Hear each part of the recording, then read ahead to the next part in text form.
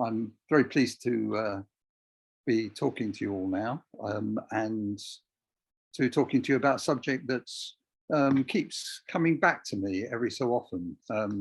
In the past, I've written papers on the origin of coinage in India, and in this talk, you'll see some aspects of that research. But my current interest was sparked by a discovery in China of a mint which could be dated by radiocarbon. This led me into thinking about the question again. Okay, so we all use coins. Certainly during the pandemic, I've been thinking, are we ever going to use coins again? Well, now it's sort of, people are getting around more, coins keep appearing in my pocket, so I presume that they will survive, but lots of people keep talking about coins. Why do we still use coins? We're all using cards, and maybe after 2,500 years coins might disappear, but at the moment we're still familiar with them from all around the world. Okay, so looking at the origin of coinage, there are various questions. I'm not going to talk about who, because this is lost in the mist of time, and there are no individuals that we can recognize as being involved. But we can ask questions with some sort of idea that we're going to get an answer. So we can ask where and when and how. And perhaps the most difficult question, why? Okay, so if you look at, online or in the literature, there are three candidates which are often cited as the place where coinage began. And the Kingdom of Lydia in Western Turkey, famous for King Croesus, he was the last king of Lydia. In northern China, in the period of the end of the Zhou king's dominion, and in India in the time of the Buddha, or just before the time of the Buddha. For reasons which I'll come to towards the end of the lecture, you'll see why India is not really a plausible contender. Okay, so if we're going to talk about the origin of coinage, it's best to know roughly what coinage is. And there's a definition which tries to sort of embrace the way coinage has been understood through history, which it's a form of money, it's made of metal, it's issued and regulated by states, and it's normally used in everyday payments, but within territory. So there are a couple of coins there. The top one is still in use in China, but it's certainly not money in England. So it has to be used within a region where it's accepted. And the second definition there is that the coin below it from the 1930s was used as money in China in a particular area. It's part of the issue for the communist regions before the liberation of China, and it's no longer used as money, but it's still, we can see that it's a coin.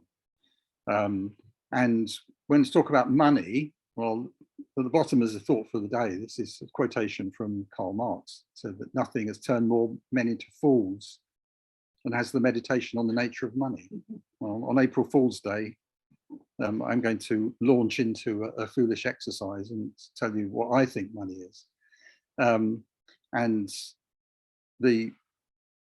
in most pre-modern societies, money was objects, and quite often it was coin, but it could be other objects such as silver ingots, barley, and cloth, etc. And it's an object that's regularly used to make payments according to a law. That law doesn't necessarily need to be a written law. It's a law that could be a socially acceptable convention, and that law or convention guarantees the value of the object used in payments and ensures its acceptability.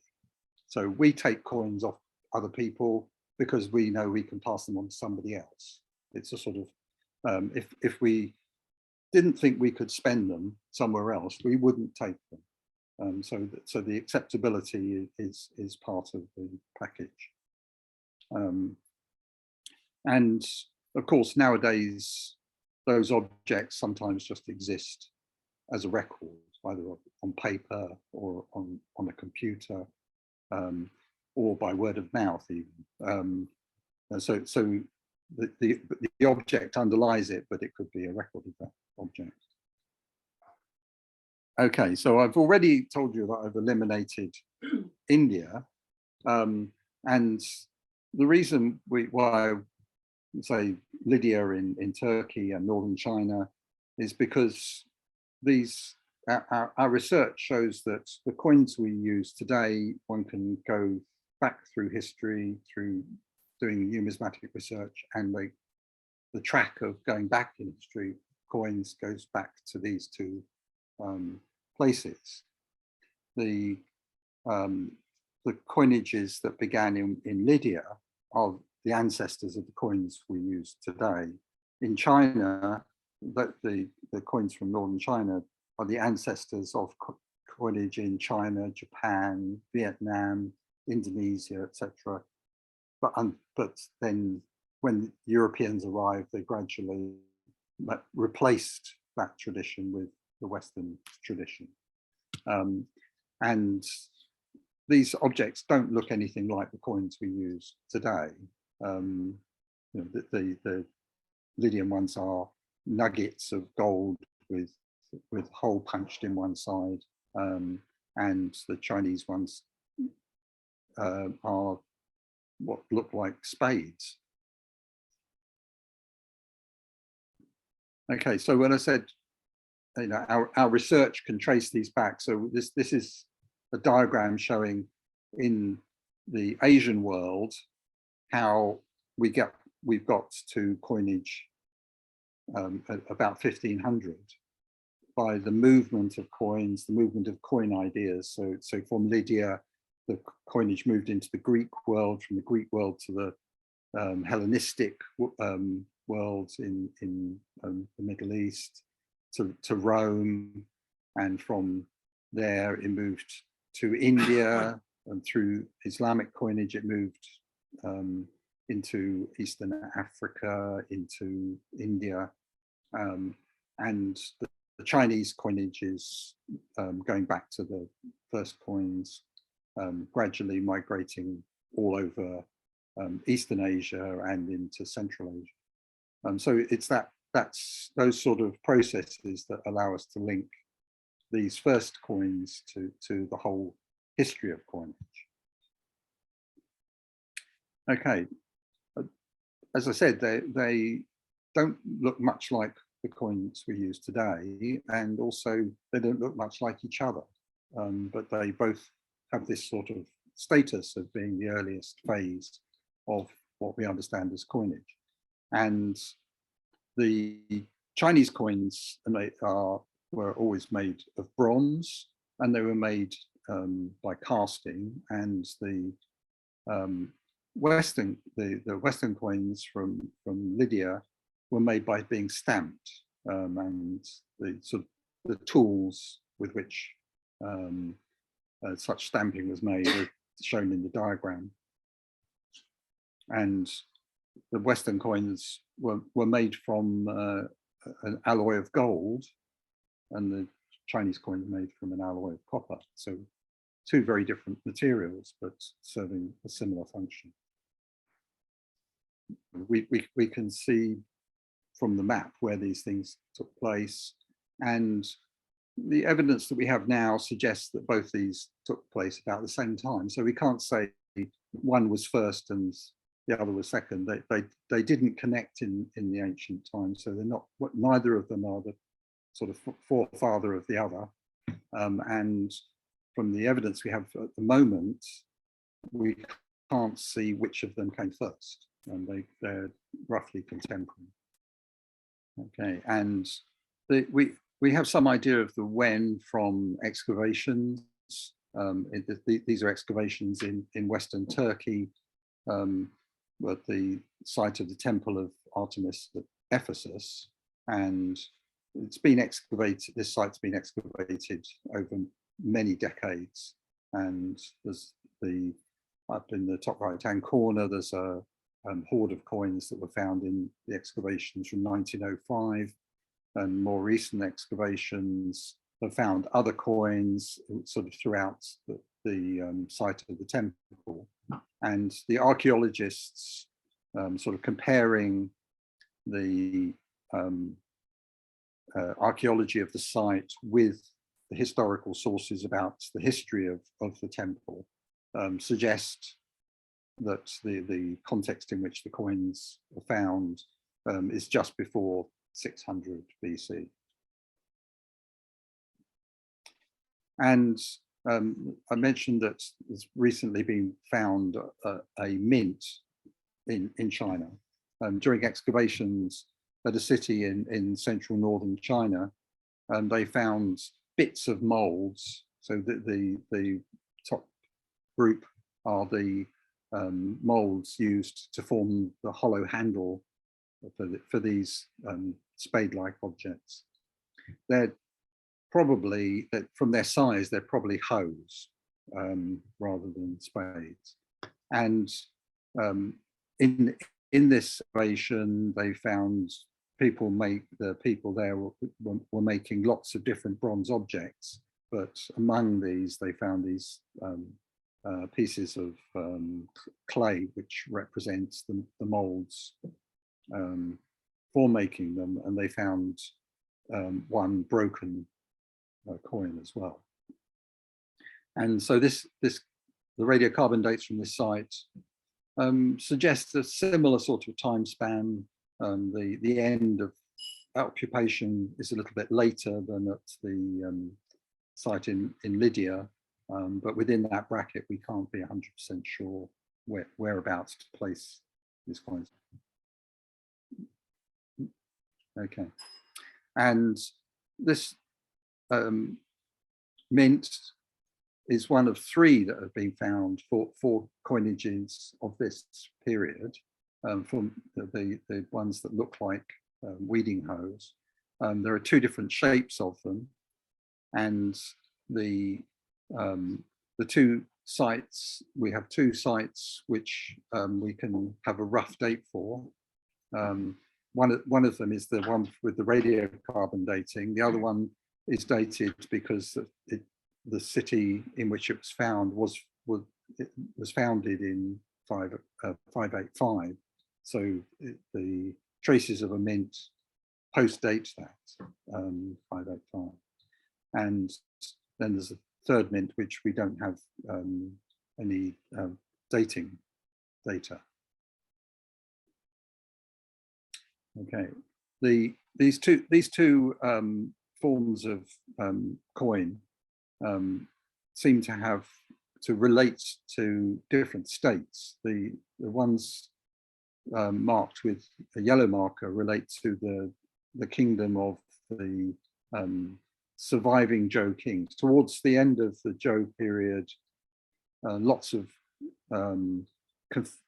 conflicting states, it's called the Warring States period, and preceding it is the Spring and Autumn period. This is a period when gradually the state ruled by the Zhou kings shrank.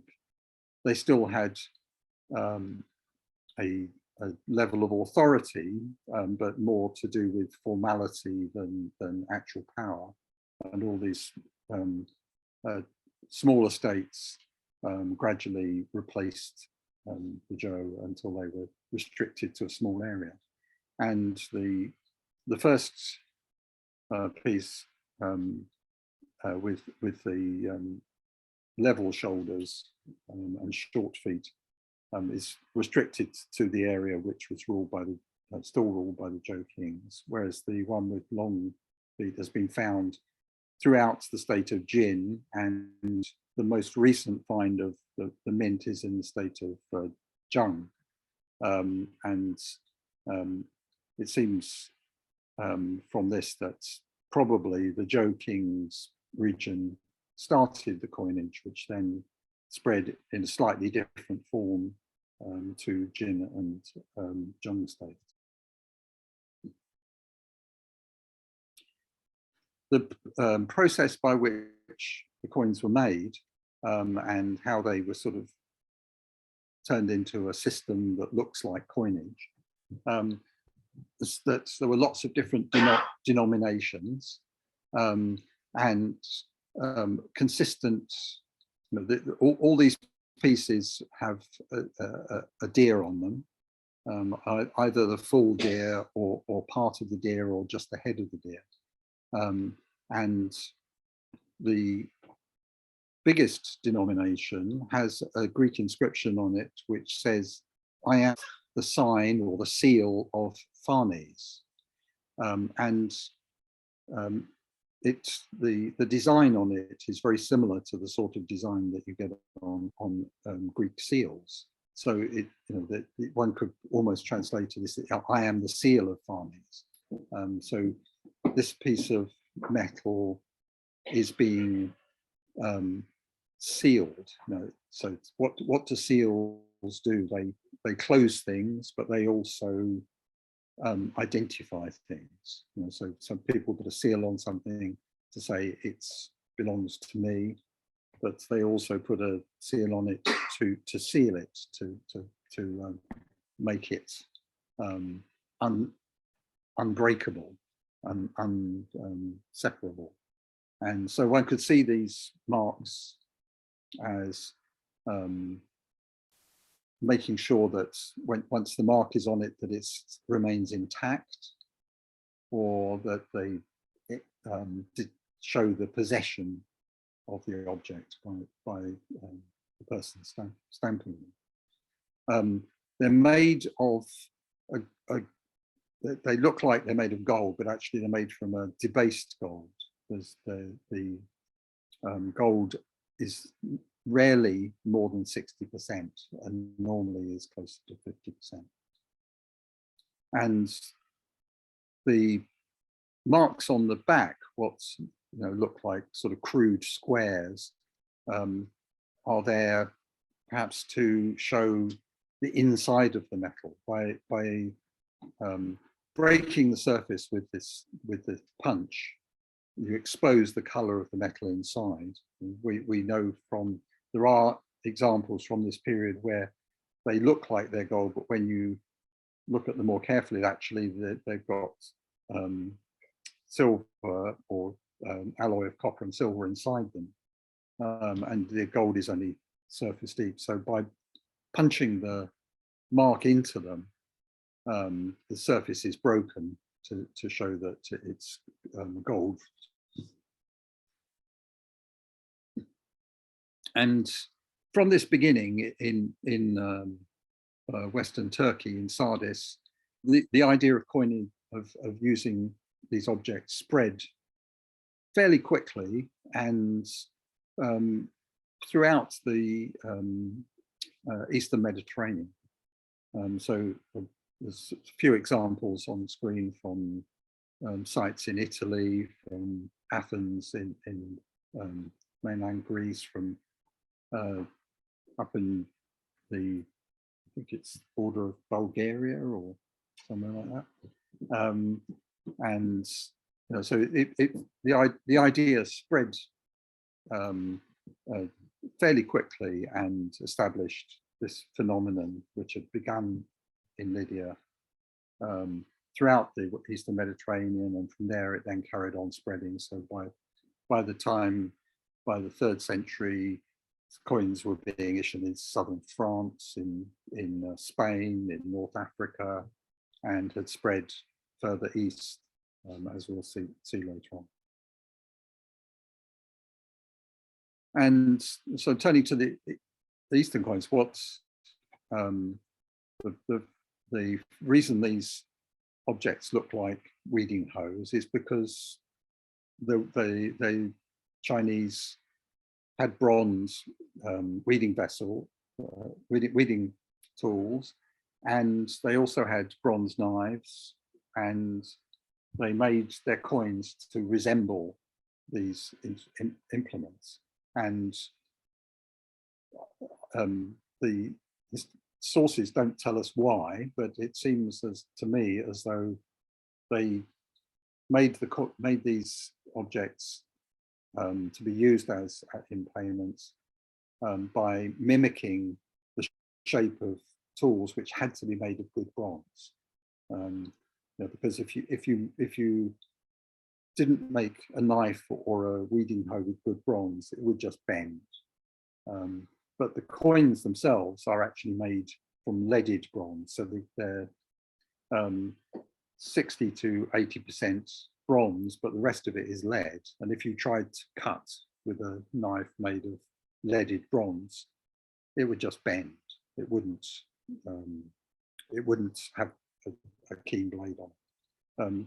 So they seem to be making the coins in the shape of tools, which suggested that they were valuable because they were made of bronze. Okay, and from those from the first hollow handle pieces, so from the Zhou state and the Jin and Zheng state, these coins evolved into pieces that were more practical. The hollow handle disappeared, and the units became smaller, and they still retained elements of the shape of the tool, but wandered away from that tool-like appearance, because people had got used to the idea, and so they accepted the sort of formality, and they also then started to make coins that were round as well. Okay, and the same with the knives. The first knives look very much like the knives that were used for cutting, and then they gradually evolved into other forms. So the knife-shaped coin on the right actually has a ridge along where the cutting blade would be. So clearly couldn't be used as a tool. And this took place over about 300 years, this transition. And so by about 300 BC, coinage had spread from this starting place where it says Luoyang, that's where the Zhou kings were. Coinage had spread out into most of northern China, and in some regions, alongside the tool-shaped coins, they'd started to make round coins as well. So the ones where it's yellow, where that's the province of Shandong in modern China, the state of Qi had a denomination system where the knife was worth 30 units and the round coin was worth 6 units, so a fifth of it. And that seems, they seem to be realizing that the shape, the more coins were used, the shape became less practical, and so they turned to making round coins.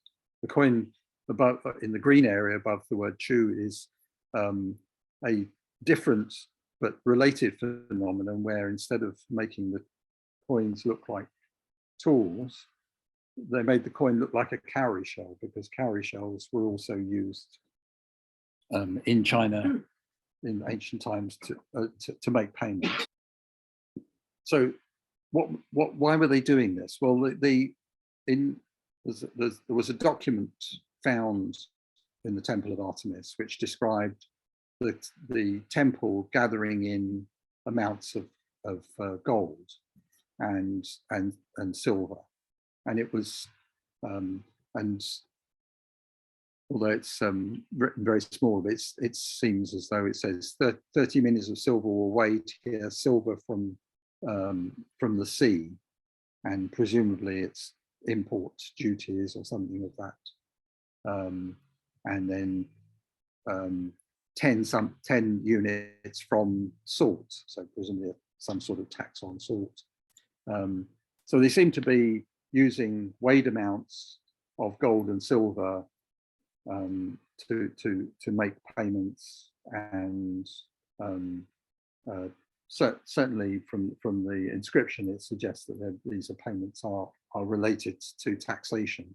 So if they were making payments using metal by weight, what the coins represent is a formalization of that process. So each of the coins are a specific weight, and they seem to be quite precise in their weight. And so all these are third of a stater units. But what is very strange is that among the surviving examples, there are lots of different designs on them. You know, so we expect coins now. You know, all the coins we use in this country have a picture of the Queen on as head of state.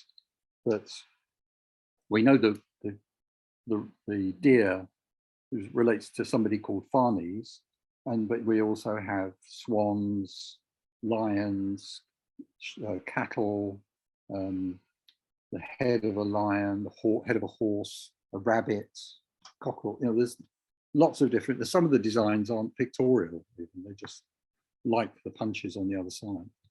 And even some human heads. There's a head of Heracles. And there are lots of, you know, from the surviving specimens, there are, you know, this isn't all the designs that were used. So it's not operating in the same way as we think, you know, that when coins made nowadays, they have, there's a uniformity in the designs which allows us to recognize who the state is. This is a different sort of system. And we have some ancient sources which try to explain to us why coins came into being. And the Plato, Aristotle, and Herodotus all seem to agree that it's to do with exchange. But if people want to buy and sell things, they need some sort of device to do it. But Herodotus was the closest in time to the invention, but over 100 years later. And he very specifically, when he says they were the first, the Lydians were the first to use coins, he also said, you know, in the same sentence, he says they're also the first to have markets, you know, to buy and sell things. So he's clearly, trying to pin coins to buying things. But these coins, first coins, they're made of gold. You know, even though it's debased gold, they are very valuable. And in the literature, the secondary literature, you'll find sort of say, well, the smallest coins would buy you a third of a sheep. So they're not what you go into the marketplace to buy your groceries for the day. And their designs don't relate to a state authority, and they're replacing a system which already people were using weighed amounts of metal. So there wasn't a necessity. You know, if you want to buy and sell things, you know, what's the difference between using a pre-weighed stamped piece of metal or metal that the person you're selling things to can weigh himself? But what is clear from the surviving specimens is that there is a system, that the weight standards being used, the You know, if they have the same design, they're often got the same proportion of gold to silver in the alloy. But all these different designs suggest different entities. So what was going on? Even down to the present day, merchants prefer not to be controlled by states. We know this very well. Hence the popularity of Bitcoin and things like that. And you know, so the sort of reasons set out by Plato and Aristotle and Herodotus don't quite match what we're seeing in these objects. For the Chinese, there are also descriptions of the beginning of coinage, but that come later than the actual event. And the Guanzi, which is a sort of a text that is thought to be sort of 3rd century BC, but wasn't finally formalized until the 1st century BC. They thought coins had begun like 2000 BC. And these legendary kings did, introduce coins to stop people selling their children to get food. That's what the text says. And they, you know, so they took metal, made it into coins, and helped the people because there was a famine. And so, again, they're thinking coins are the things with which you buy and sell food.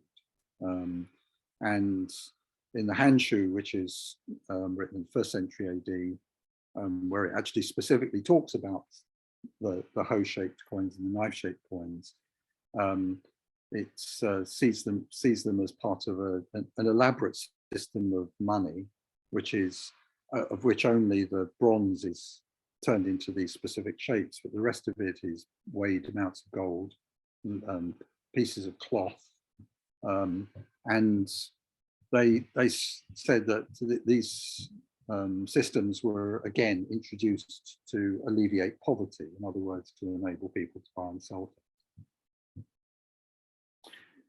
So go back to the actual objects. This is a sample from a hoard that was found in the area ruled by the Zhou kings. There were 500 odd coins in the hoard and 91 different inscriptions. So we're seeing a similarity in this beginning that the Lydian coins have lots of different designs stamped on them, and these early hoe-shaped coins have single characters engraved on them, which seem to be fairly random.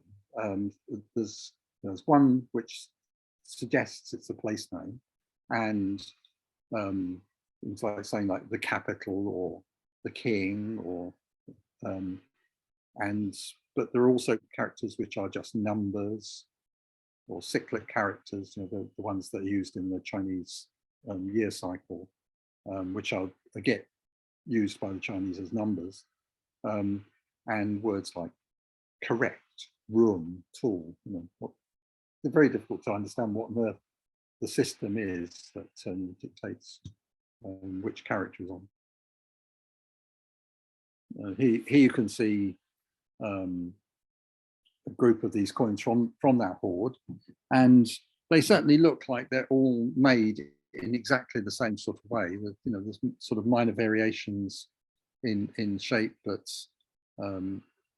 the general look of them is very consistent, and you can see the single characters sort of in the middle of the blade of the hoe, and it's very difficult to understand what these characters mean. So what we have now is, you know, these are the first coins in the two different traditions of making coins in Eastern and Western Asia, and they have some common features, although they look very different. They have some common features. So they all seem, within the framework that they exist, they all seem to be made in the same sort of way. One could say, maybe they were all made in the same workshop, both in East and West. They're both made from debased metal. So the Lydian coins made from debased gold, and the Chinese coins with debased bronze. They have diverse images or characters added to them, and they also fairly limited in their geography. So the Chinese pieces only found in the territory of the Zhou kings, and the Lydian coins only found in Western Turkey. So there are some commonalities in these two beginnings.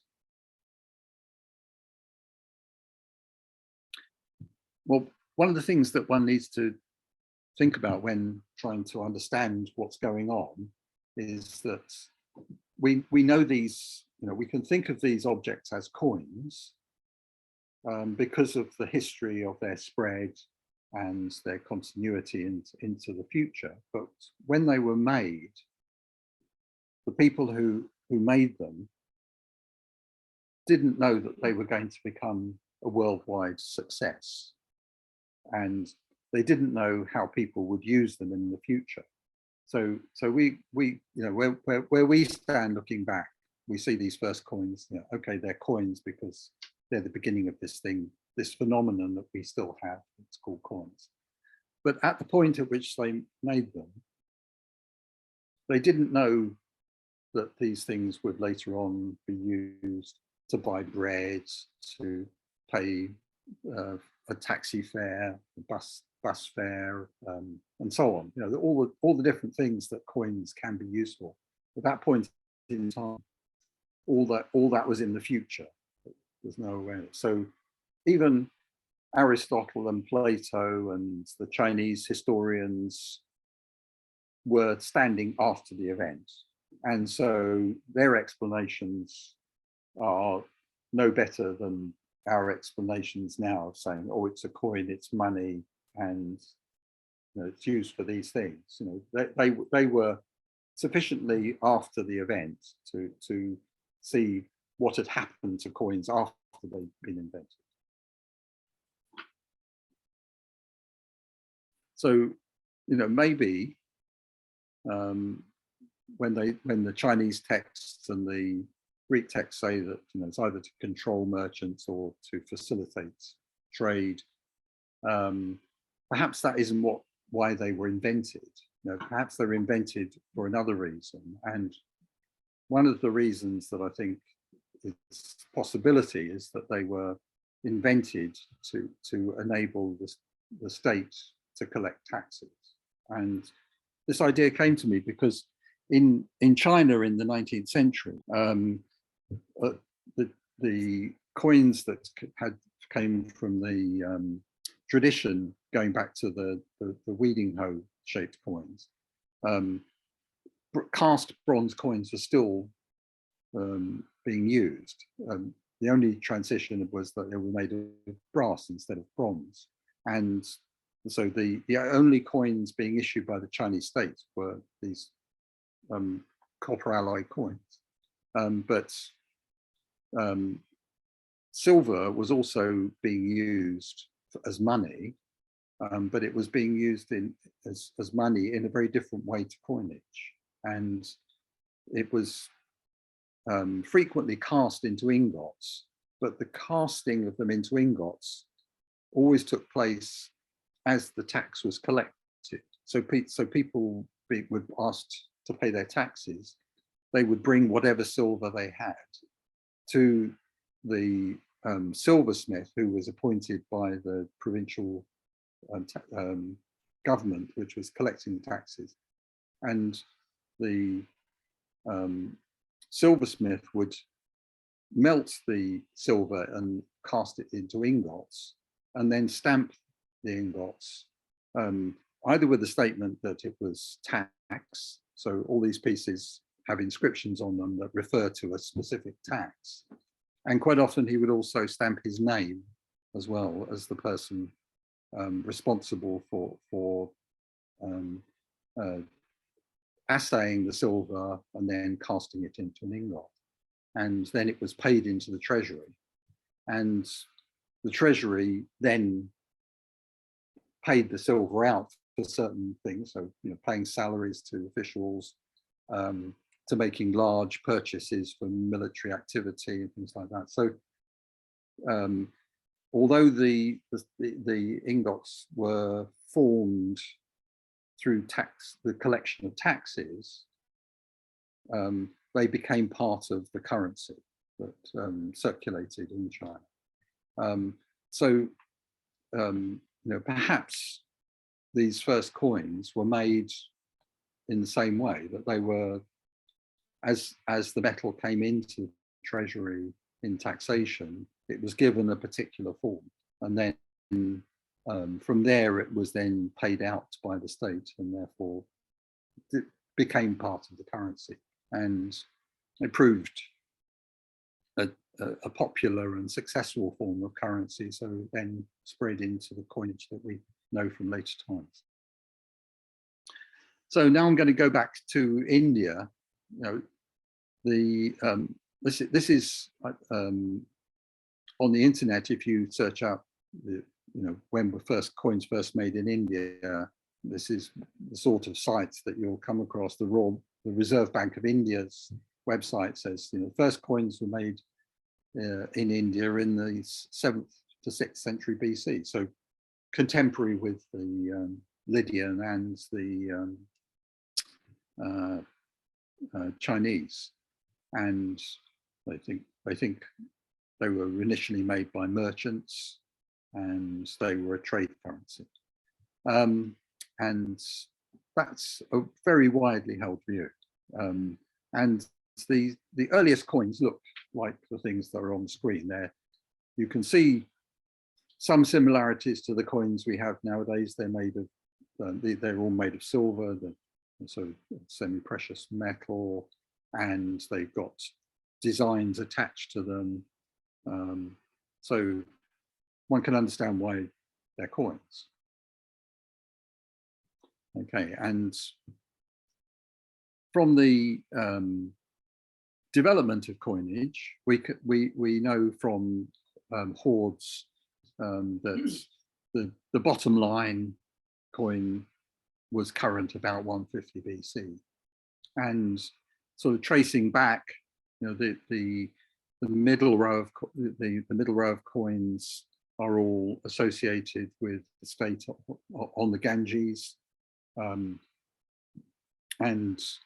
we know that state stopped operating somewhere in the 4th century, so we date them about 300, and the first coins in that region are the top row, and they have the sort of flattened pieces of silver, and to begin with they're slightly curved, and probably by the application of the punches.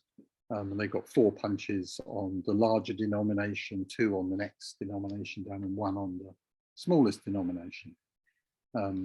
After that first phase, the lower denominations disappeared and they just had 4 punches on them, and then the last coin has 5 punches. So sort of gradual transition taking place.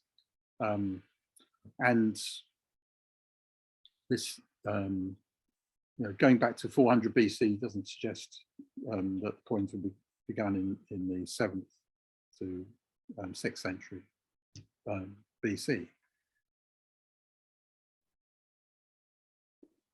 And I see what was happening in India as being similar to what happened in Rome, where the Romans encountered coins like the coins that were being made in the Eastern Mediterranean following the Lydian coinage, but they also used unworked copper as money. And they went through sort of various stages. They made ingots which had designs on them, like the coins that they were encountering. And then they started to cast them in a round shape, like the Greek coins that they were encountering in the sort of by the end of the 3rd century.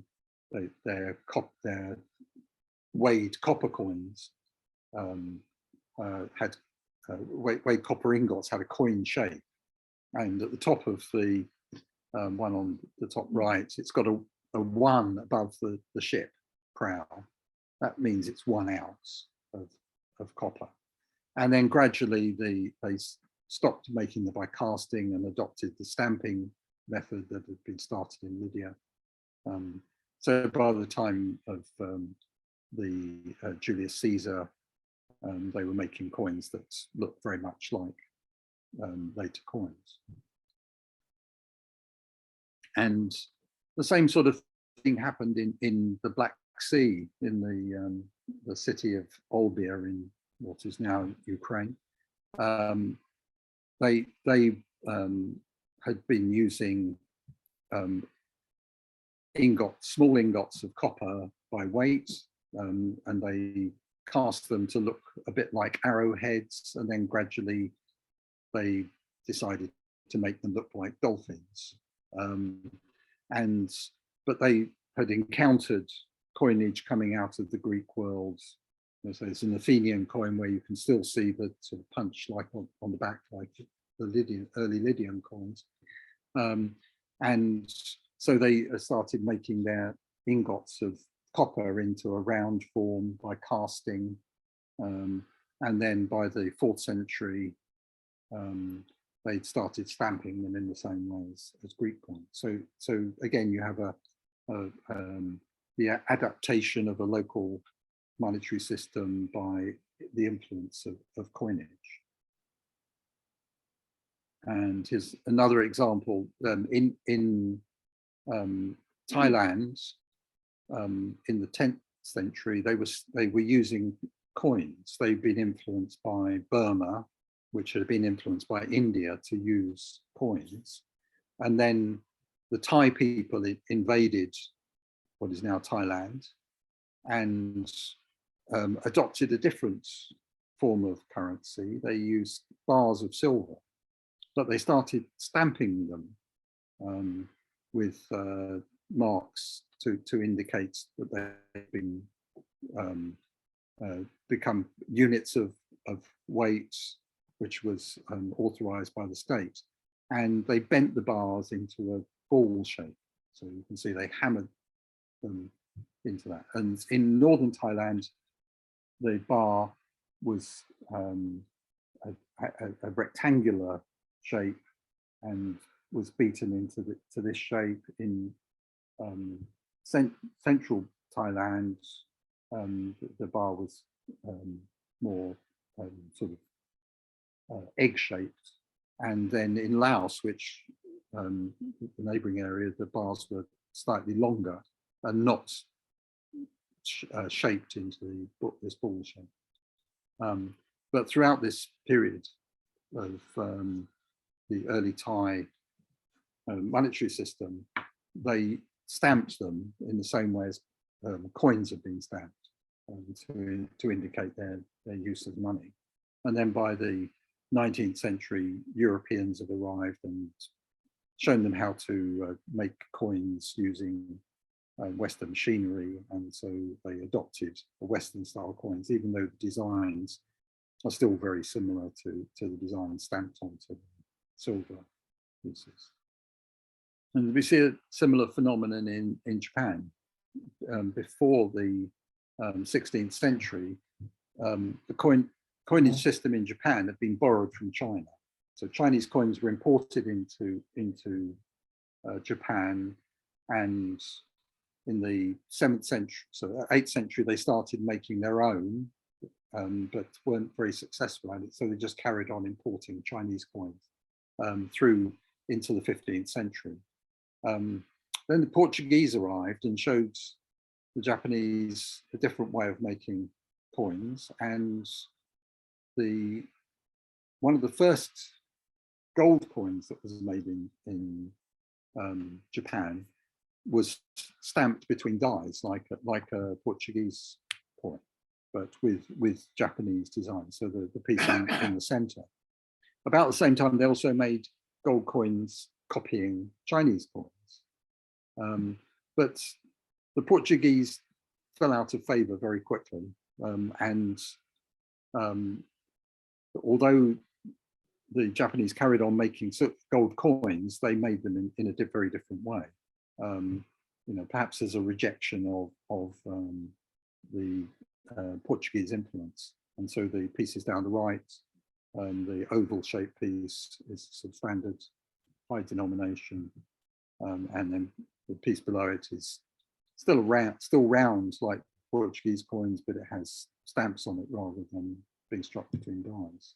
And they also started using silver as coinage at the same time, but made again by stamping them with lots of different punches rather than in the form of the Western kinds or the Chinese kinds.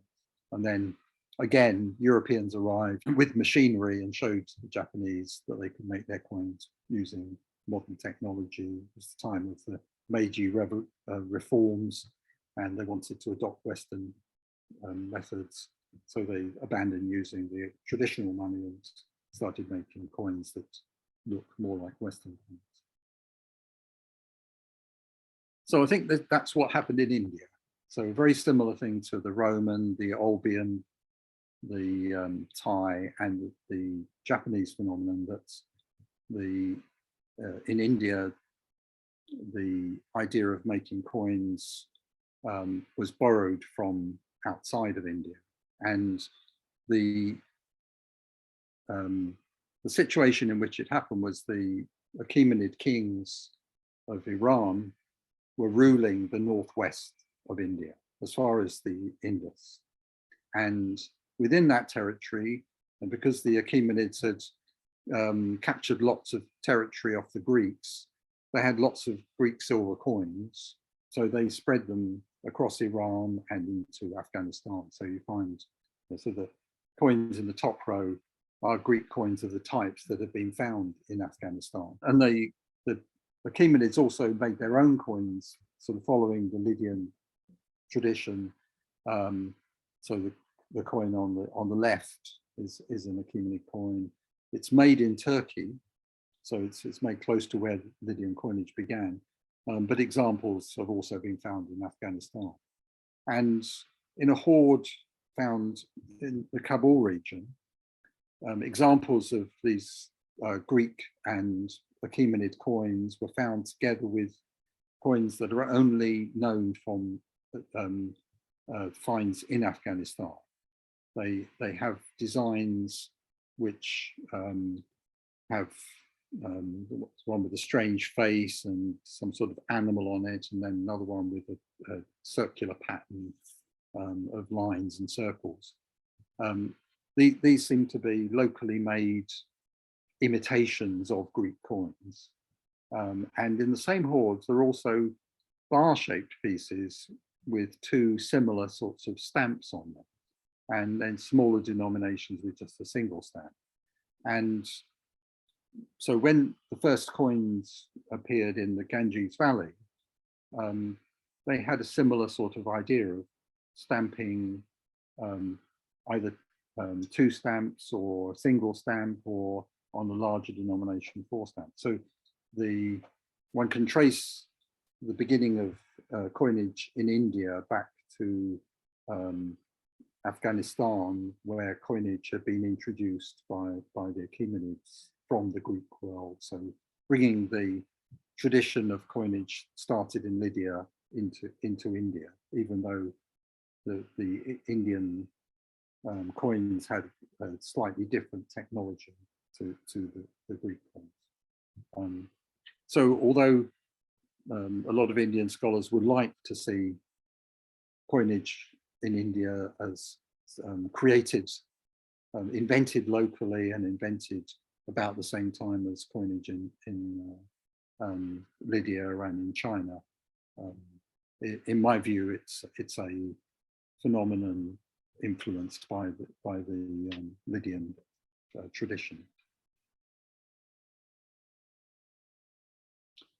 So there you can see that tradition then again being under Western influence. So the bottom row, coins issued, the square coin with the bull and the elephant being issued by a Greek king, and then local Indian rulers, right down to the last coin is a Gupta coin, adopting Western striking between two dies, but with still some reference back to the tradition that had begun with the under Iranian influence. And this is a quotation, somebody who examined all the publications. It's a sort of historiographic view of the origin of coinage in India. In his view, most people think that Indian coinage was begun within India as a local phenomenon, except me. I feel quite complimented by that. Yeah. There's another book on early Indian coinage which describes my position as the Occidental view of the origins of coinage in India. But I think no matter how much one wants to be first, one has to pay attention to the historical evidence and the nature of the phenomenon. So if you believe what I say, coinage began in two different places, and it began somewhere around 600 BC, and the process by which it happened was the shaping and marking of and debasing of metal money. So in both instances, metal money was used by weight, but coinage began by creating particular shapes and by marking them in particular ways. So why did it start? Well, I think the explanation that it began as a device for trade is very weak, and it's a sort of retrospective view. And it seems to me more likely that it began as a system for collecting taxes, and also then for the states to make payments using debased metal that looked as though it was good metal. So they could pull metal in, turn it into something slightly less valuable, but they could then present it as being more valuable when they then paid the taxes out again. Okay, so that's the origin of coinage according to Joe Cribb, if you wish to believe it. Thank you.